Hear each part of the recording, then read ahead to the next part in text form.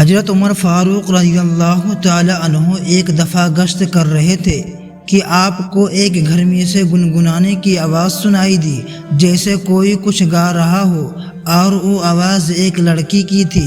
آپ رضی اللہ تعالی عنہ گھر پر آئے، دستک دی اور پوچھا کہ گھر کے اندر کون ہے؟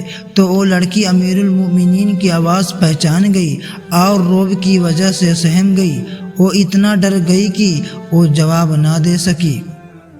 اس کے جواب نہ دینے پر آپ نے ذرا ڈانٹ کر آواز دی کہ اس گھر کے اندر کون ہے؟ لڑکی اور زیادہ ڈر گئی اور کوئی جواب نہ دیا۔ تو حضرت عمر فاروق رضی اللہ تعالی عنہ گھر میں داخل ہو گئے تاکہ دیکھ سکیں کہ اندر کیا بات ہے۔ گھر میں داخل ہو کر معلوم ہوا کہ گھر میں ایک نوجوان لڑکی ہے اور اس کے علاوہ پورے گھر میں کوئی نہیں تھا۔ تو آپ رضی اللہ تعالی عنہ نے پوچھا، اے لڑکی تو کون ہے اور کیوں گا رہی تھی؟ تجھے معلوم نہیں کہ اسلام نے عورت کی آواز کو بھی پردے کا حکم دیا ہے، اور تو اتنی زور سے بول رہی تھی کہ تیری آواز گھر سے باہر تک سنائی دے رہی تھی۔ کیا تو نہیں سمجھتی کہ تو ایسا کرنے سے گنہگار ہوئی ہے؟ اب اس لڑکی نے جرأت کی۔ اسے بھی بھروسہ تھا کہ فاروق اعظم رضی اللہ تعالی عنہ عادل کامل ہیں، میں جو کہوں وہ کبھی بھی جذبات میں آ کر فیصلہ نہیں کریں گے۔ لڑکی نے کہا، امیر المومنین، اصل بات یہ ہے کہ میں نوجوان لڑکی ہوں اور بھرپور جوانی میں ہوں، اور ابھی 15 دن پہلے میری شادی ہوئی ہے۔ میرا خاوند بھی نوجوان ہے۔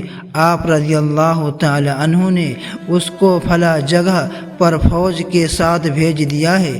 میں اس کی جدائی میں یہ عاشقانہ اشعار پڑھ رہی تھی اور کوئی بات نہیں تھی۔ نہ تو میں زانیہ ہوں اور نہ ہی بدکار ہوں۔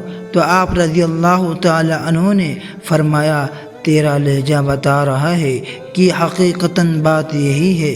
پھر آپ رضی اللہ تعالی عنہ اپنی اہلیہ کے پاس آئے اور پوچھا، اگر لڑکی کی شادی ہو اور نوجوان ہو اور اس کا خاوند بھی نوجوان ہو اور دونوں میں جدائی کر دی جائے تو وہ کتنے دن تک جدا رہ سکتے ہیں؟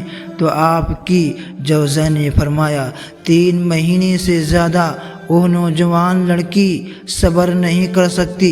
یہ الگ چیز ہے کہ اس کا دین مضبوط ہو، اس میں حیا ہو اور وہ اپنے اخلاق کی وجہ سے گناہ سے دور رہے۔ تو فاروق رضی اللہ تعالی عنہ نے یہ سن کر فوراً حکم نامہ جاری کیا کہ جن شادی شدہ نوجوانوں کو جنگ پر بھیجا گیا ہے انہیں 3 مہینے کے اندر واپس کیا جائے اور ان کی جگہ دوسرے سپاہیوں کو بھیج دیا جائے۔